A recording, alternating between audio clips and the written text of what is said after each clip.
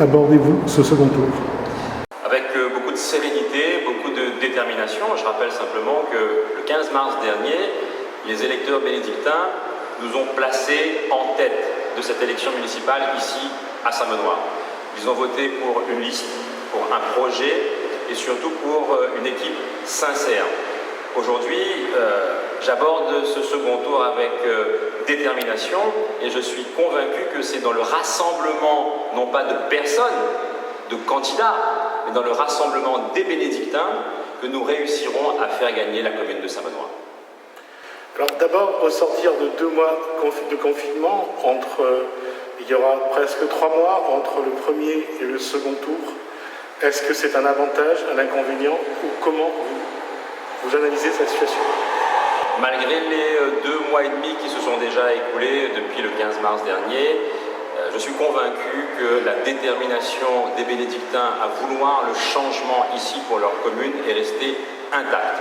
Et c'est ce qu'on me dit tous les jours lorsque je suis sur le terrain, c'est qu'on veut du changement, Monsieur Célie, on veut que Saint-Benoît redevienne la capitale de l'Est ici. Eh bien, c'est le projet que je propose à toutes les bénédictines et à tous les bénédictins. Qu'est-ce qui explique que, par rapport aux autres, vous n'avez pas choisi de créer un large rassemblement, quitte à faire un petit peu du manger cochon? Je rappelle simplement aux bénédictines et aux bénédictins que dès le départ, j'ai été la seule liste d'ouverture. Parce que sur ma liste figurent aussi bien des hommes ou des femmes de droite et des hommes et des femmes de gauche.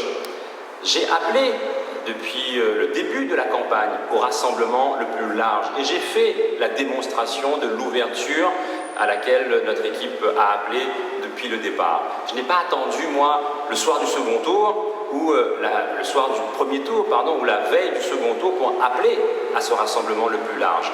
Aujourd'hui, si je me présente avec la même équipe au second tour de cette élection, c'est parce que je n'ai pas voulu trahir mes valeurs, voulu trahir la volonté des bénédictines et des bénédictins. Je ne suis pas là aujourd'hui pour servir des intérêts personnels.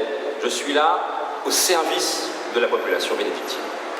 Vous dites là, au service de la population, qu'est-ce qu'il y a justement dans votre programme qui va vous permettre d'être vraiment au service de la population de Saint-Benoît? Mon objectif aujourd'hui, c'est d'être aux côtés des familles de Saint-Benoît. Toutes ces familles aujourd'hui qui rencontrent d'énormes difficultés, qui vivent dans la plus grande précarité. Nous sommes peut-être la commune où on rencontre le plus grand nombre d'habitants qui vivent en dessous du seuil de pauvreté. Moi, je veux être aux côtés de ces familles.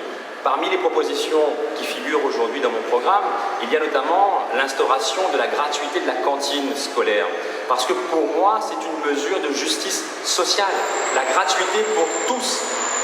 Il n'est pas normal qu'aujourd'hui, il y ait des familles qui payent quand d'autres ne sont pas en mesure de le faire parce que déjà affaiblis par les charges et les charges et les charges.